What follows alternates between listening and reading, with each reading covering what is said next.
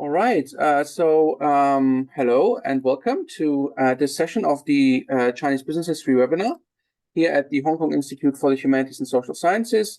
My name is Ghassan Muazzin. I'm an assistant professor here at the Institute, and I'm also joined by my colleague, Dr. John Wong, who is a co-convener of the Chinese Business History cluster at the Institute, at the Hong Kong Institute for the Humanities and Social Sciences. So today we're very glad to welcome back, actually for a second appearance, to the Chinese Business History webinar, Professor Thomas DuBois. Thomas is a professor at Beijing Normal University.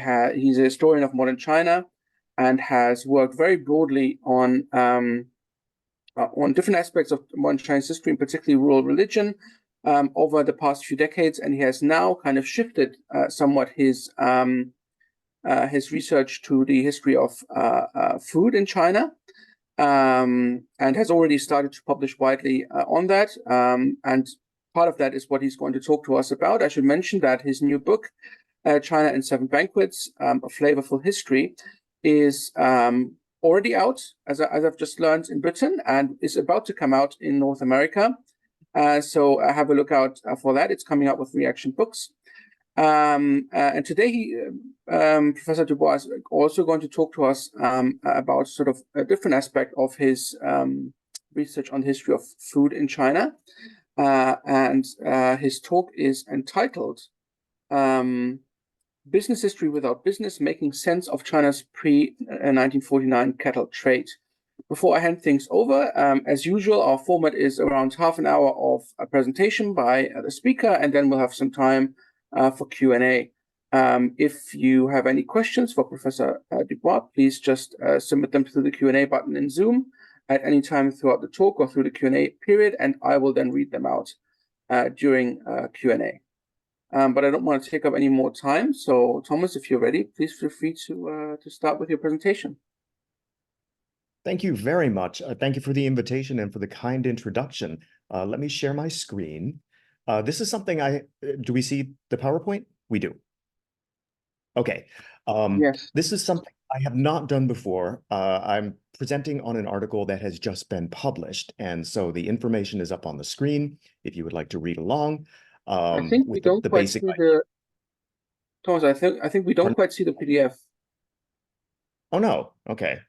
I see the PDF. Let me try this again. Half of the screen is the PDF now. How about now? Yes, I think this is perfect. Yeah. Okay. Good. Thank you. This is again, this is a paper that's already been published. I'm one of the three authors. I did this collaboration with my colleagues at Sichuan Normal University, Liu Qinli, and at my own university, Sun Yan. But it's really a much more collaborative effort. Probably altogether, we've probably pulled in about 200 people into this piece of research.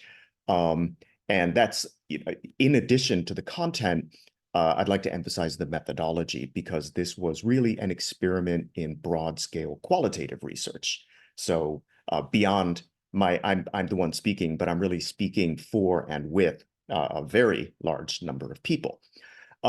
Today, and now after this, I've lost my, and again, this will come up at the end. So I'm going to get rid of this slide. That'll be my final slide as well.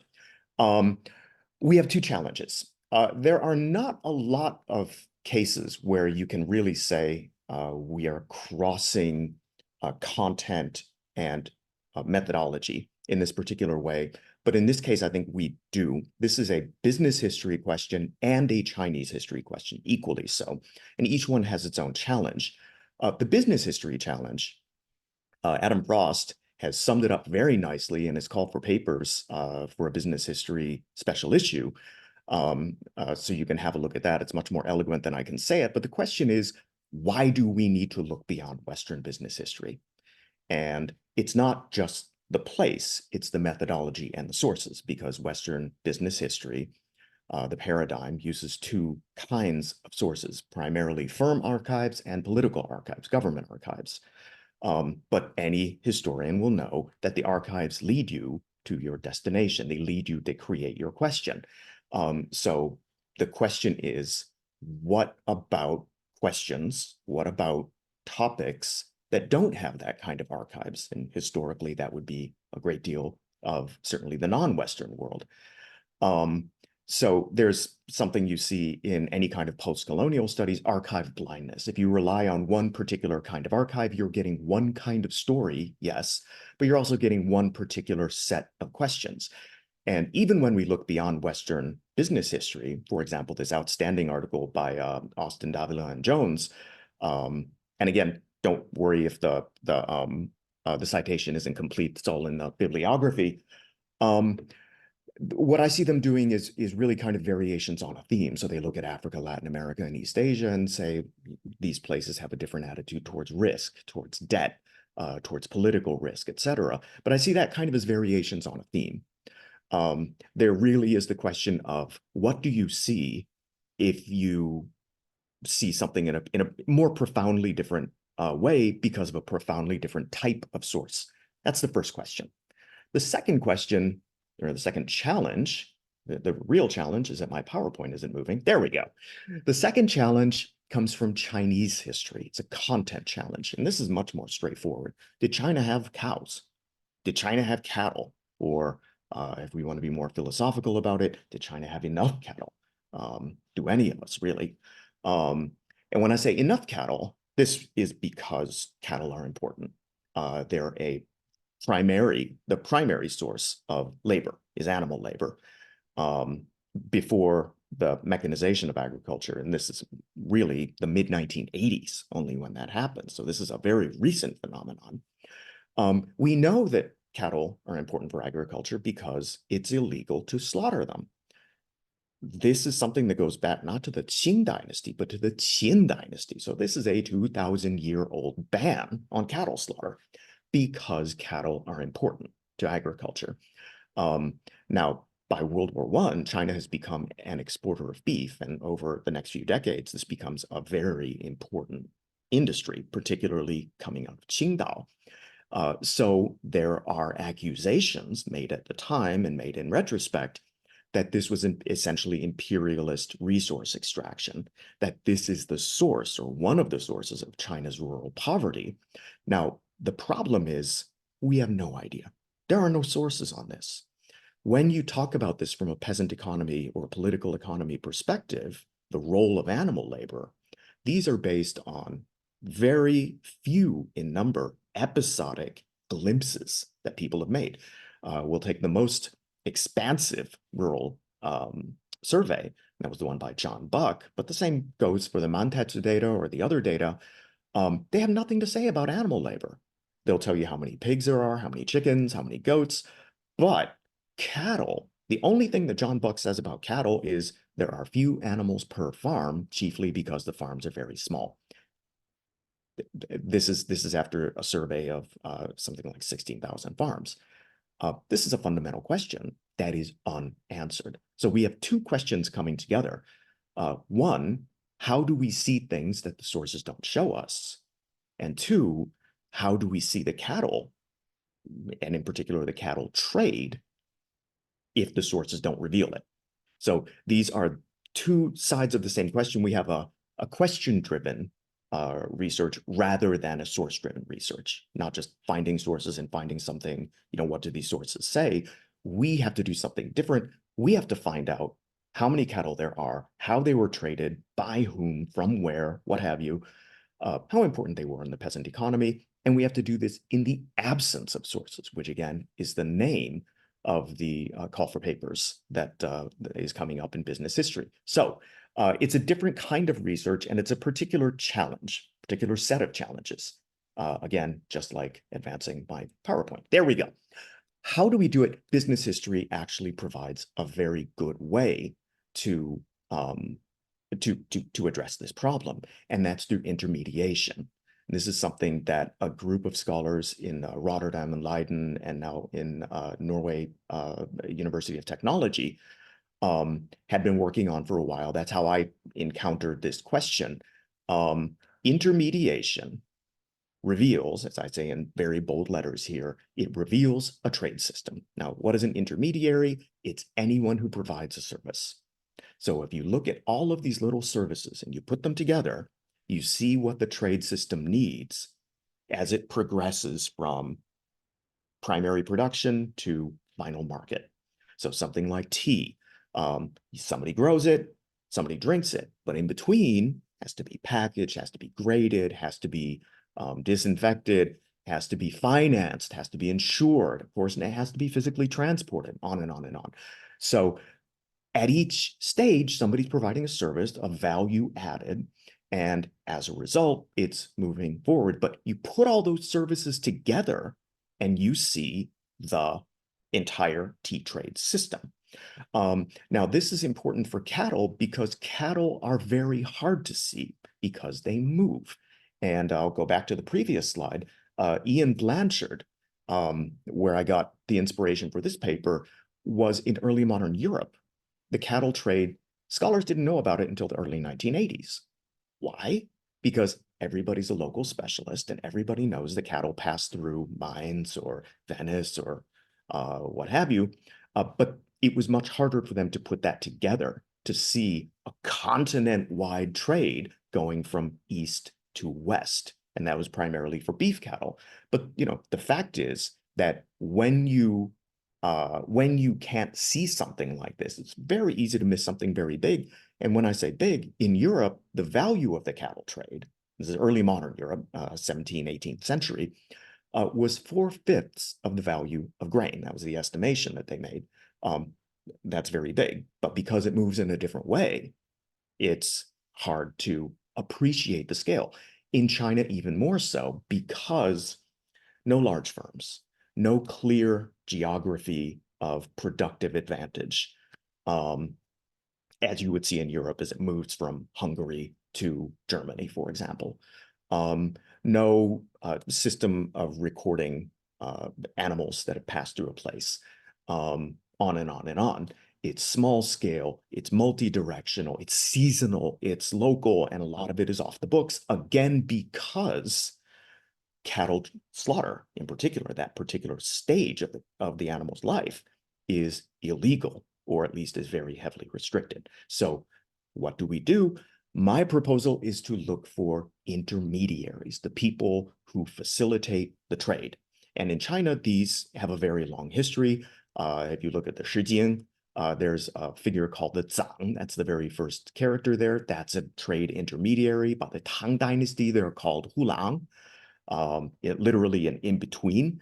Hulang, that Hu becomes Ya, which is why they're known as Ya Ren or Ya Hang.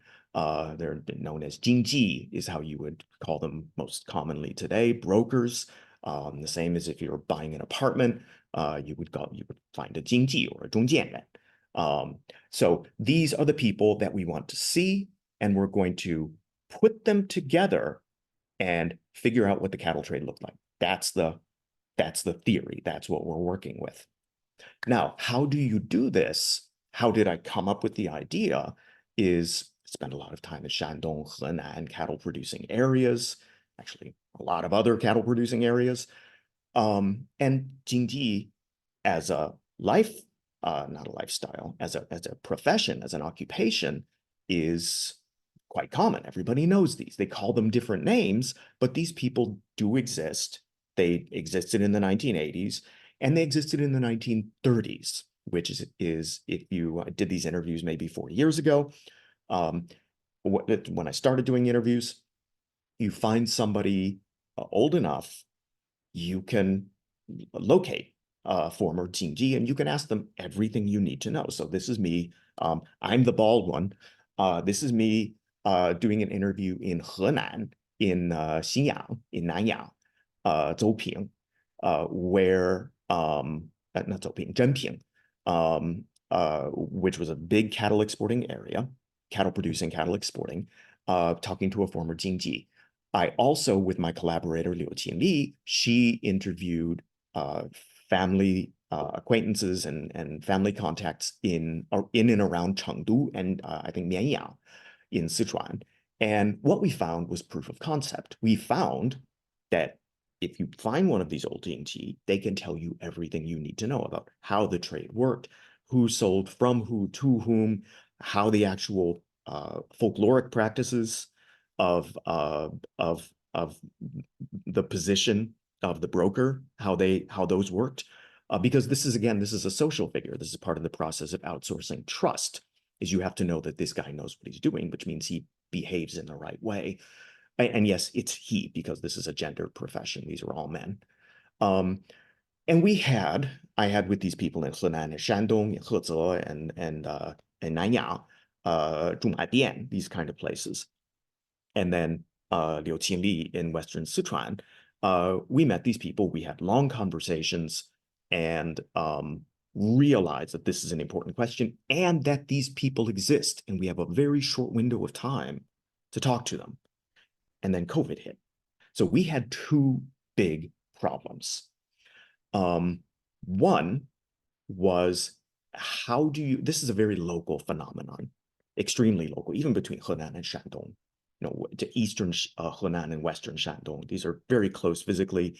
You can see that there are different customs associated with this practice and this profession. So how do we move past this? And how do we collect enough reports to draw a meaningful picture? We didn't want this to be a local study. A local study is interesting, but we need, again, these animals move, and we need to see the entire process as they move from place to place. We need to see a national picture, or international picture, actually. So we needed to talk to a lot of people. Even without COVID, this is hard to do. These people are generally over 80. They're hard to reach physically. They speak dialect. We don't. Or at least, the two of us don't speak all of the dialects in China. And again, then COVID hit. And then the second problem is, how do you use a large number of long-form interviews? So in this picture, this one up here, this is a 3-hour conversation. And then we walked around the farm and we met the cattle and met the neighbors and all of this. Oral history. This is how we do it. We seek depth in oral history, but how do you turn depth into breadth?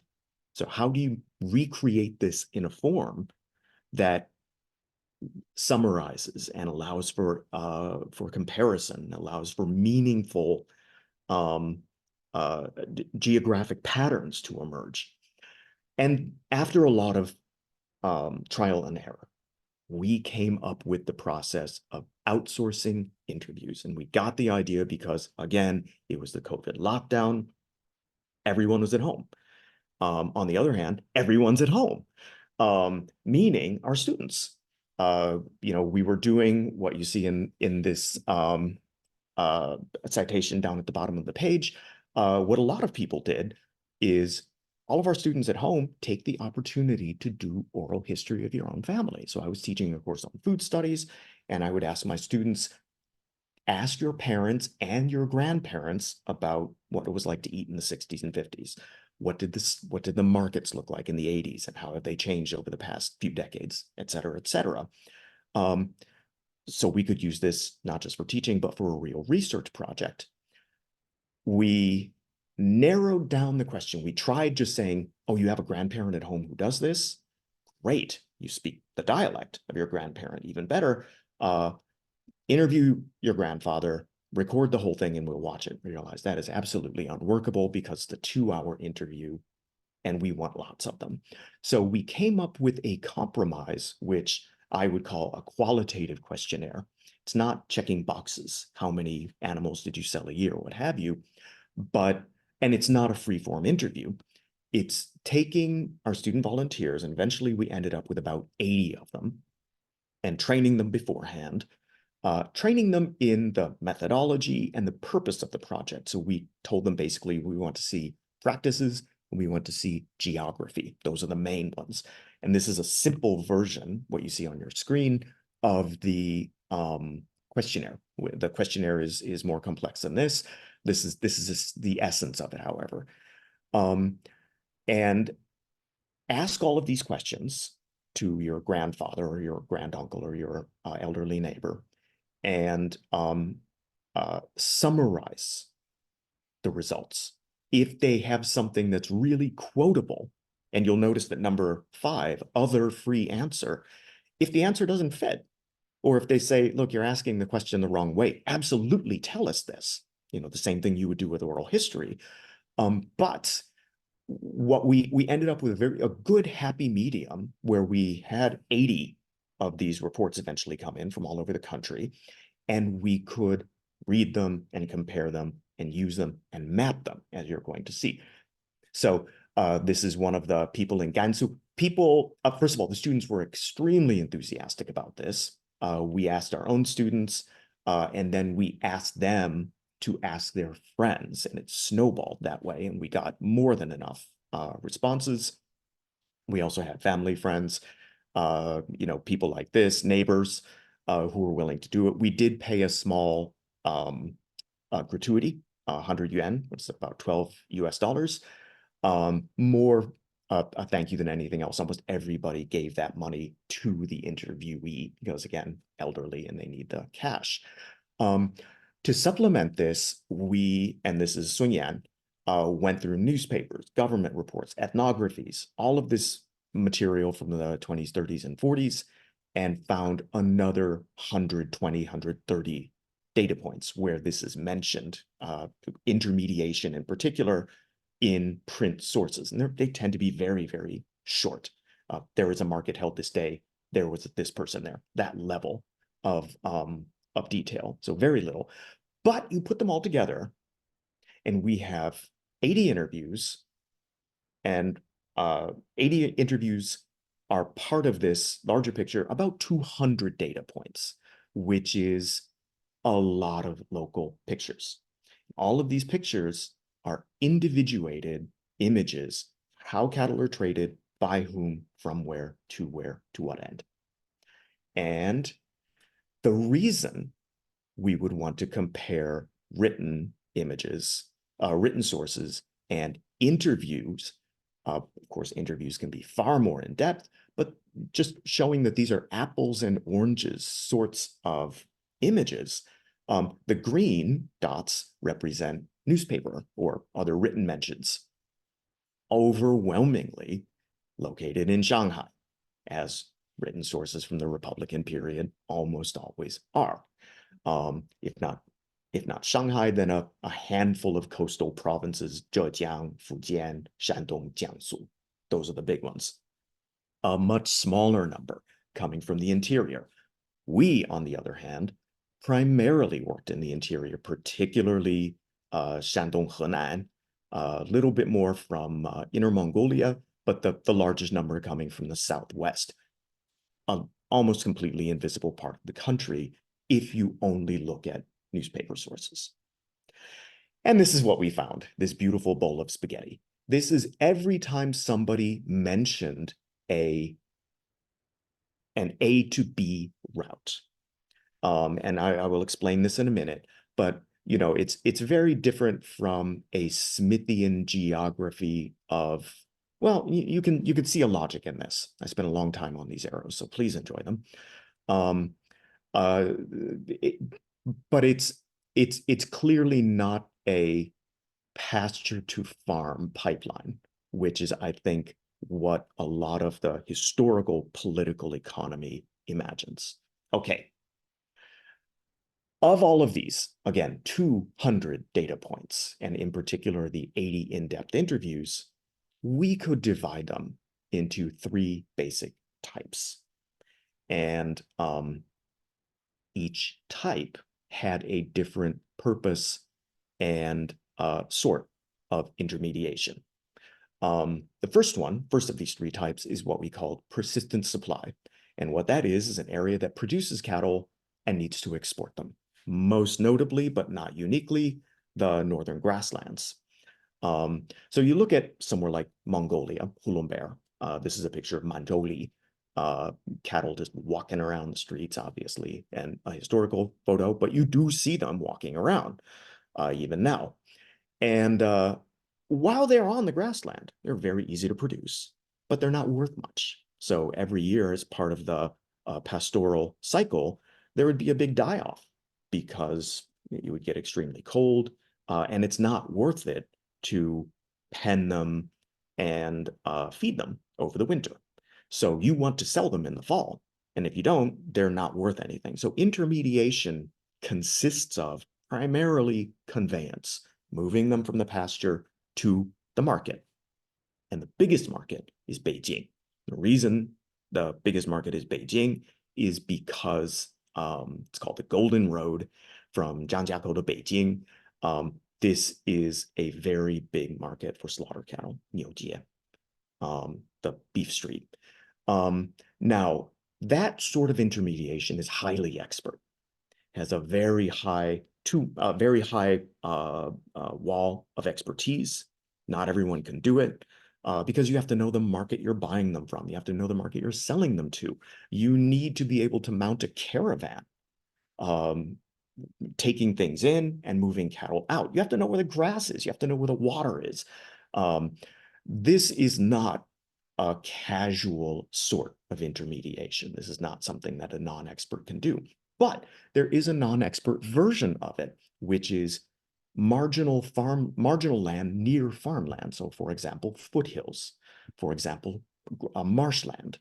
You can raise animals there. So, say the hills around Jinan and Shandong, and take them in. It's not a 3-week trip to market. It's a 1-afternoon trip to market. You don't sell them, you bring them home.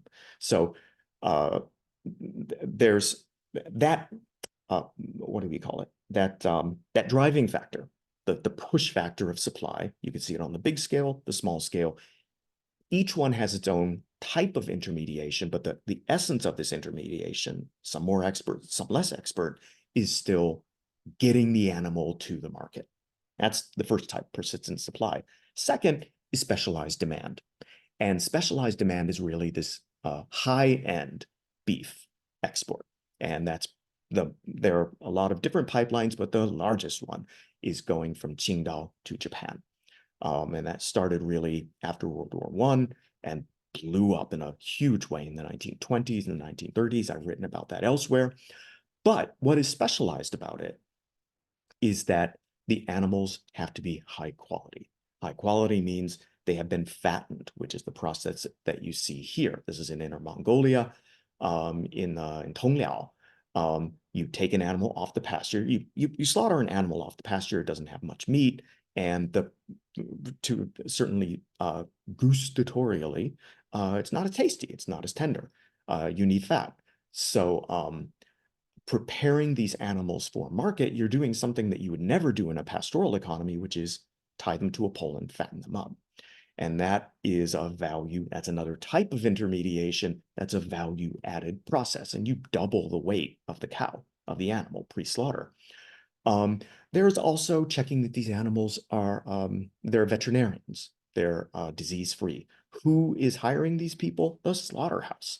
Because if the slaughterhouse brings in one diseased animal, everybody else gets culled of the animals. The workers are generally safe. But all of these, and then of course, sanitary slaughtering, very different from what you would do in a village.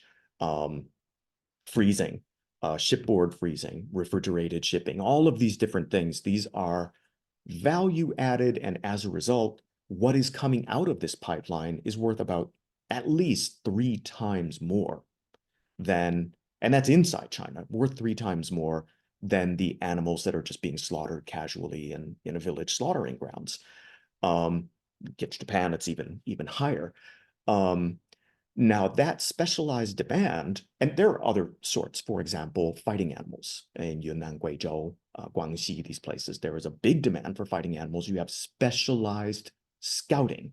So the sourcing, the intermediation is the sourcing, and that is very, just like conveyance, that is a very specialized and expensive sort of skill. That's the second kind. The third kind represents, I would say, probably the majority of the animals, and that's circulatory. And this is where our sorts of intermediaries come in. Circulatory means you're matching your animal resources to your labor needs. on farms primarily. Now, different kinds of farms have different sorts of animal labor needs. Dryland cattle are primarily for dryland agriculture, but even in places like the South, where you have flooded field agriculture, that's going to be water buffaloes tilling those fields. Cattle are still used for pulling carts, for transportation, for other sorts of labor. But it's expensive to keep an animal. You have a labor cost, you have a feed cost, all of these things. So you don't want more than you need. So the circulatory trade of animals is your animal dies. Your animal is old and weak. Your animal has given birth to a calf. So you have not enough, you have too many. And matching those, you would do at a local market. And for that, you absolutely need, and a broker, an intermediary. What did the intermediary do? The intermediary would match the price. So every place had a different way of doing it, but the buyer would essentially take the animal to market and then leave. Pardon me, the seller would take the animal to market and then leave. Sometimes the intermediary would physically take them over and just say, you wait in the tea house. I'll take it from here. And the buyer's perspective would come and look at the animal and make a price. Now, the problem is, and this is again what intermediation does, you're outsourcing things. You're outsourcing trust, you're outsourcing expertise. Buying or selling an animal is a little bit like buying or selling an apartment. You do it very infrequently, most people, but it's a very high representation of resources. And so you want to pay as little as you can or get as much as you can. And so you need somebody who knows the market. You need somebody who can reach buyers. That's what a broker does. And a broker is absolutely necessary because they made themselves necessary. And in the paper, I talk about various ways that they did that, but they had their own trade language. They had their own, they knew the market. They were the ones who went around and went market to market, knowing what the animals were going for. And over and over, you would just see this quote, you couldn't sell an animal or buy an animal without a broker, without an intermediary, without a jingji. There were two exceptions. One is if you were really on the fringes of agriculture, like way in the far north of northern Mongolia, Manchuria, or on the Tongliao places on the border of pastoral China, where cows were plentiful, agriculture was marginal, and everybody knew cattle. Jilin, Hulan, places like this. In those places, people bought and sold without a broker, but you often had somebody who would come to your farm. Your farm might have 10 head of cattle instead of one, buy up the extras, and then they would do conveyance. So it's not an absolute difference. They would take possession of the animal. They would buy it from you and then go to sell it, or something along those lines. Or if you were really good friends, neighbors, relatives, and you had just given birth to your animal had just given birth to a calf, and you were close enough that you could essentially work out an agreement, essentially like selling a car to your own child. And then third, animals that were being sold for slaughter. And this is important because, first of all, animals were sold for slaughter. So the image that people did not eat beef is absolutely atypical. I wouldn't call it wrong. You would do it at a certain point of the animal's life when it was old and it was weak and it was, for whatever reason, unable to work. You would take the animal to a village slaughter, and this generally would be Muslim, regardless of where you were in China, to the point that saying, "Oh, I would take it to the Muslims," is a euphemism for "we'll take it off to be slaughtered." And the only thing that mattered was, marginally, have you paid? Did you need to pay taxes? Have you paid taxes? That's one thing that mattered, but not everywhere. Are we allowed to do this? Because the ban on cattle slaughter really was for animals with no productive value. So in some places, you did have to get a certification that says this cow cannot work. And is it diseased? Even if it's diseased, is it stolen? But really, the big consideration is how much does it weigh? And the slaughterer looks at it and says, I will give you this price based on, they do this for a living. They can look at an animal and they can tell you how much it weighs. And that is the only thing that matters. And that is the only market you're going to. You don't need. So again, intermediation provides a mirror of what a trade system needs. You don't need any other type of expertise at this point. And so that is the only kind of cattle sale you can do without an intermediary. Very brief overview of these three patterns. What is the significance of this research? For Chinese history, we have found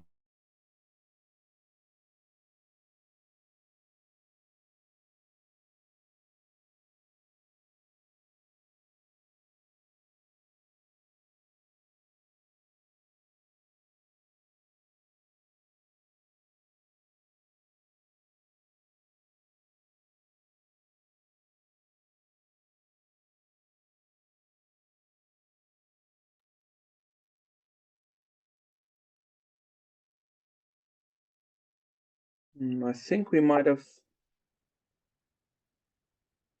Well, you take them out of one place and you remove them from another. That's the argument of the Gengniu Wenqi, the idea of imperialist extraction.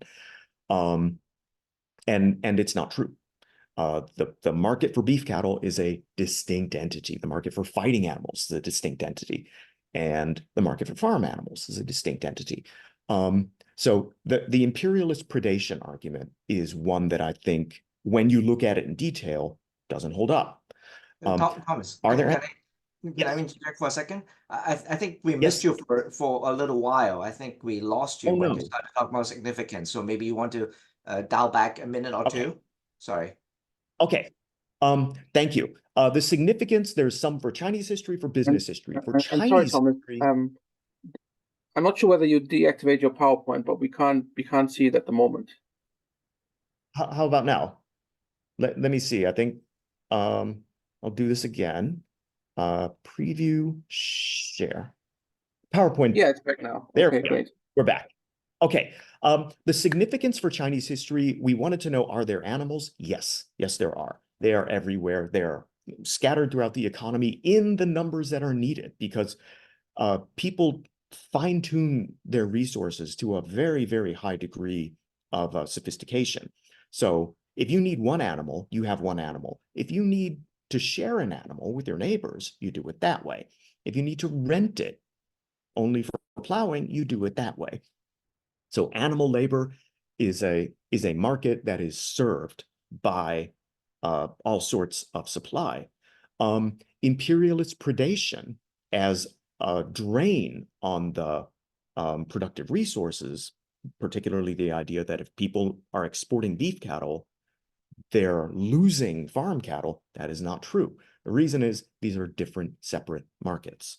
Mongolian animals that become beef animals do not work on farms because they don't have the temperament for it, because they're not strong enough.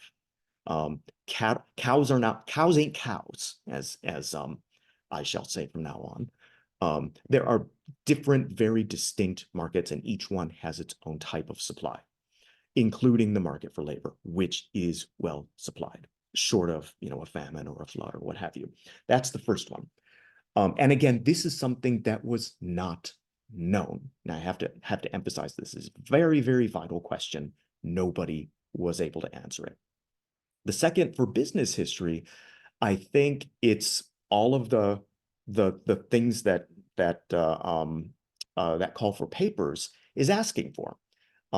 Using new methods, using new sources, and seeing things that you would see outside of this firm-centered Chandlerian paradigm, because, as always, as historians, we know this, when you go looking for something, you'll find it. And if you look at sources from firms, from wealthy traders, that kind of connected Hangzhou to Nanyang, this kind of thing. You'll see proto-institutions. You'll see the development of Chinese banks into Western banks. You'll see Chinese accounting methods becoming Western accounting methods or global accounting methods.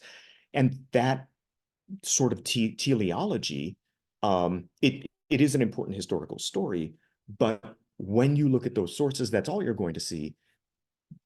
That I think is well known, but when you look outside these sources, what would you see? I think this is the other value of the paper, is that we have a good example now of using broad scale social history methods to answer a question of, if not business history, of commercial history. So I will leave it at that, and I'll leave it on this slide. If anyone is interested in the paper, I asked that you download it from the it's what do you call that? No paywall. Whatever that's called. Open access. Paywall. It's open access. Thank you. It's open access, but they ask that you download it from the journal because that helps the journal. So that's the QR code, that's the DOI, or you can just look up the name of the talk and it will get you there. And that is all from me. I'm looking forward to questions and comments. Yeah, Thomas, thanks so much for giving us this introduction to this really interesting study, I think. And I just posted the link in the link to the article in the chat. So if anyone wants to Thank you. just click on that, that's possible too. As I said, we still have some time for question for Q&A now. So if you have any questions for Thomas, please submit them through the Q&A button in Zoom, and then he can get back to you. Maybe to get us started, so I'm sort of very was fascinated by the fact that you mentioned this whole ban on cattle slaughter, and so I was wondering whether you could talk a bit more about how this legally worked, and whether at some point in the period that you're looking at there is I mean, obviously cattle slaughter still happened, but you mentioned briefly that you could get like an exemption from that, so that it was legally okay. So I wonder whether you could talk about the legal side a bit, and then and whether things changed at some point in the 1920s and 1930s maybe. And the second question is about the role of Muslims in cattle slaughter. I'm very interested in that, whether you could talk a bit more about that. That seems to be interesting, that seems to be a profession that's monopolized by Muslims during this period. Okay. Thank you. The first question, how did that all evolve? There's the image that cattle slaughter was an absolute ban, and that I think is related to the cultural reticence. I wouldn't call it a taboo because a lot of places ate a lot of beef, but reticence to eat beef. And so the image is that it's an absolute ban, that it's an absolute taboo. Cows were not slaughtered and beef was not eaten. And in a very small number of places, that was the case, particularly where you have a lot of livestock around. A few people did report that at the end of an animal's long life, they would just be let loose into the hills to enjoy their final days as a measure of gratitude. That was a minority, a fairly small minority. Most people, when it came time, they would take the animal to be slaughtered. Now, what sort of proof would you need in places like really it was an on or off? The blanket stance was we discourage slaughter, but banning slaughter was only during times of crisis, famine or flood or what have you. If there was a big flood, so there was a big flood in northern Shandong around Binzhou, all the livestock were killed. The magistrate went to Shanxi and bought a new cattle herd and brought them back. So you could see sort of the logic of keeping the cattle herd as a strategic resource. And again, this was a function of county government until around 1985, when these tuolaji replaced animals as the main source of labor. That this is a function, a fundamental function of government, making sure you have enough animals. In times of crisis, the ban was the ban on slaughter, or as transportation got easier, the ban on export was um, pursued. At other times, it was more one eye open, one eye closed. And the bigger concern was, have you paid the slaughter tax? And that came out during the Republican period. So the three elements, the sort of the social taboo, the slaughter tax, and sometimes the actual ban, meant that a great deal of the cattle trade was conducted in secret. So you see in the Shanghai newspapers around Shanghai, the animals that are coming into the slaughterhouse in Shanghai, the markets that feed into that, they would be operating at night, or the animals would be loaded onto barges at night, in the dead of night, to escape public scrutiny. So there was some riot. There were some riots. Police came in on a few occasions to these markets and busted them up and sent everybody home. But again, it wasn't absolute. It popped up when it needed. The Muslims, this was a bit of a surprise because it was happening in places that I didn't think had very large Muslim populations. But again, I saw it, and then these interviews, the outsourced ones, all confirmed it, that if you did have any Muslim population, they would be somehow involved in this aspect of animal slaughter and meat selling. And I don't get any sense that there was a particular social taboo associated with it. Pork slaughter was a different set of people. It was a different market physically. But almost always this was a Muslim-controlled industry. So if it was happening, it was by Muslims. If there were Muslims, they were likely doing this. And also, slaughtering a cow is not an easy thing. Certainly not a pleasant thing, but it's not an easy thing. I mean, these animals are 4 times as big as a person. If you don't know what you're doing, and again, if you're a farmer and you slaughter a chicken, you do this once a week. Slaughter a cow, you might do this once every 15 years. And it's not easy. It takes physical strength, it takes technique. So it's something for experts. This is another type of intermediary, another type of expertise. Yeah, interesting. Yeah, it's really fascinating, I think. We've got our first question or comment that comes from Professor Sarah Schneewind, and she asks or says very interesting comments about brokers, trust, and the outsourcing of expertise.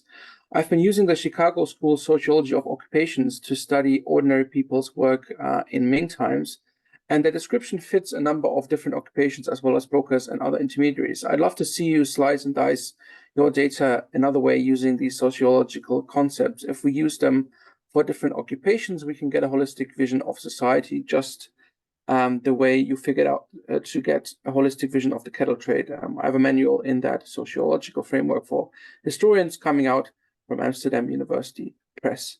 And there's a PS. Yes, butchers are also super interesting, so despised, yet they are producing the meat for Confucian sacrifices. I don't know whether there's anything in that you want to comment on. Well, let me the point about the Confucian sacrifices is extremely important. This is another reason why Beijing was the biggest market for beef in China before the export market developed, is that you had so many temples in this city, and high-end temples, besides the imperial ones. There was a pipeline of animals that went in just for sacrifices. In the imperial temples, all the other temples needed to be supplied. So I was estimating, I forget the number, again, it's in the paper, but something like 32, I think, thousand head of cattle were coming into Beijing per year during this time. That's a huge, that's just based on beef consumption. So there are all these surveys being done, speaking of the Chicago School, all of these social surveys being done of spending, of meat consumption. That's something I've written about elsewhere. And based on that, how much beef is estimated to be consumed just by ordinary Beijing citizens, I came up with about 32,000. I think that's what the number was of head of cattle who came in.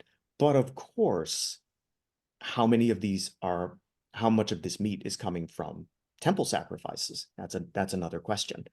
But that's a very important destination for these cattle. And one reason why Beijing, I think, is fairly atypical as far as cities of the same size. Now, as far as the sociology of occupations, that's extremely interesting, because one thing that I noticed is that almost always when people would do this occupation as an occupation, as their primary source of income, and the primary source of income would be you conduct a trade and you would get a gratuity, or you would give a different price to buyer and seller, who again would physically not meet each other. And this is one reason why they would do it in private. They would sometimes you had two brokers, and they would do their this is something you still see being done at large cattle markets in Mongolia. They had a language that they would use with their hands. So you would sort of, two fingers or this kind of thing, and that's a way of communicating. Or they use the secret language. But in any point, the buyer and seller are both kept in the dark, and the intermediary, the broker, is able to keep the difference. But the social status of these people was not high. Generally, they're doing this because they couldn't farm, because they didn't have the resource, they didn't have land to farm. So many of the ones that I would meet, obviously, if you're being interviewed by your grandchildren, you've gotten married and had children, but a lot of them were acquaintances of grandparents, meaning that they had never gotten married, they were too poor, and they were marginal figures in the village. I think that is a pattern. It's not something we didn't really pursue that, the person of the intermediary, but their place in society, I think absolutely is another way that if you put everyone together, who are the people in your neighborhood, you see the neighborhood. So that's a very good observation. Thank you. Yeah, thank you. We've got a question from Wang Yongxi, and he says, or she says, thank you, Thomas. I'm curious if you have encountered any ethnic boundaries in the cattle brokering industry during your fieldwork. For example, I know that some Hui Muslims in Shanxi are actively involved in cattle and horse brokering. I'm curious to know if there are any specific ethnic preferences for brokers in Mongolian society when it comes to cattle trading.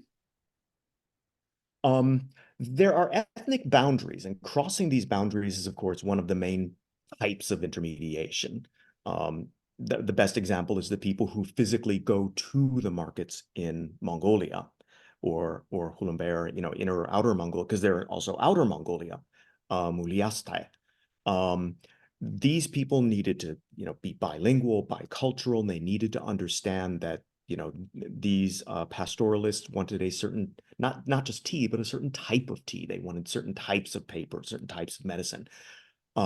So boundary crossing expertise with language, and very often they kept dual households. They kept a household in the Han area and in the Mongolian area.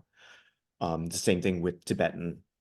There wasn't a big export from Tibet, but the same with intermediation from Kangning up into Tibet or Gansu. So the ethnicity is very important, and crossing ethnicity seems to be one of the big types of expertise. The same, I would say, in Yunnan and Sichuan, because there's an export coming out of the highlands into the Sichuan high-density farming areas, so that the animals are grown in the hills and then walked down to the farms.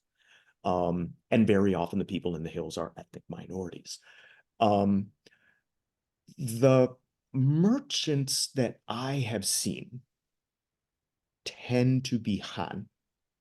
I think with the exception that you mentioned of the merchant houses in Shanxi and Shanxi in particular, that many of them were Hui. And certainly a merchant house, a merchant enterprise would be a single ethnicity, because very often it was a family or a pseudo family. But the boundary with ethnicity tended to be from the merchant to the producer. So where ethnicity is really important is in the producers.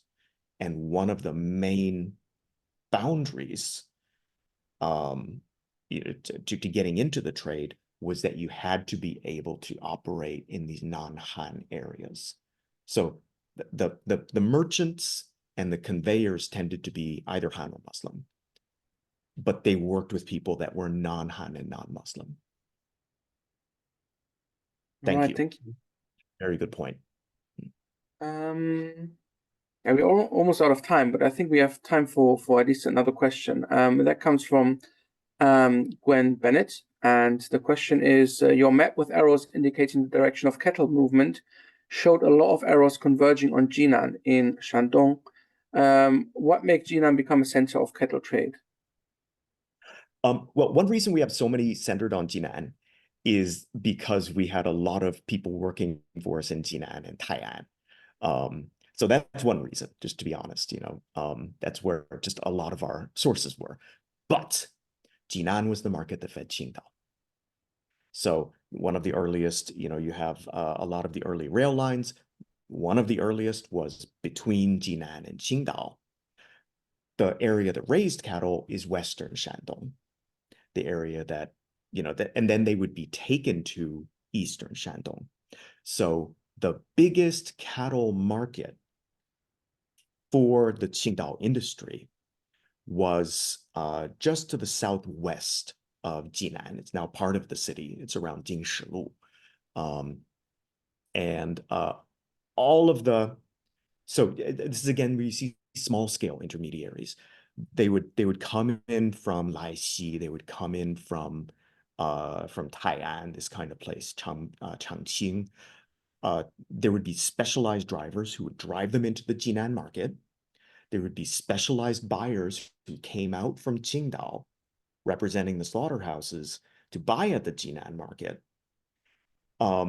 One thing that you'll see places like Xuzhou, they have arrows going in both directions, or southern Shandong going in both directions from up to Jinan, down to Xuzhou. And the reason for that is that they would make a decision. The high quality animals would go to Jinan.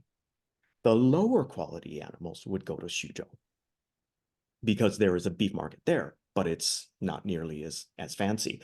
But even without the disproportionate concentration of sources in Jinan, Jinan was very, very, there was nothing comparable around Tianjin, around Changzhou, around these other places. It was really Jinan fed Qingdao. So that is, it's not just a matter of what we found. I think that really is a matter of something substantively unique. Right, interesting, yeah. Particularly the connection with the railway as well. Right, I'm afraid we've already run out of time. So what remains for me to do, Thomas, thank you so much for taking the time to give us such a wonderful talk. I think a lot for us to think about, not just in terms of the cattle trade, but also methodologically. I've certainly learned a lot, and have a lot of things to further think about. So thank you very much, Thomas, and thanks to all of you as well for tuning in. This is obviously the last Chinese Business History webinar for this semester, but we'll be back in the fall and have a good program for that as well. So we'll publish that soon. But once again, yeah, thanks to everyone for tuning in, and thank you so much, Thomas, for taking the time to give us a talk. Thank you very much for the opportunity. All right, thank you. Bye-bye. Right, bye-bye.